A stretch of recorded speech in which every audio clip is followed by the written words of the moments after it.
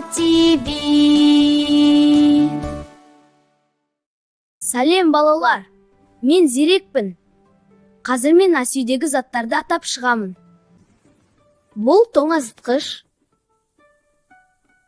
пеш, плита, таба, қазан, шайнек, кеселер. Бұл тәрелкелер. Бұл пышақ, қалақша, қасық, шанышқы. Ал бұл микротолқынды пеш. Пештен бәлішті алдым. Енді оны пышақпен кесемін. Міне, бір тілімін тәрелкеге салдым. 2 жұмыртқа алдым және оларды табаға қойдым.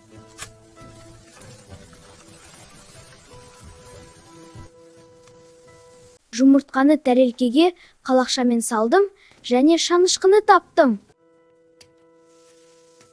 Қуырылған жұмыртқаны шанышқымен жеймін. Дәмі өте жақсы. Қандай дәмді. Тоңазытқыштан сүт аламын. Суырмадан какао аламын. Сүт пен какаоны қазанға қосамын. Жақсылап араластырамын. Енді дайын какаоны саптаяққа құямын. Ішіп көремін. Какао өте дәмді болыпты. Осымен видео аяқталды. Сау бол, балақай!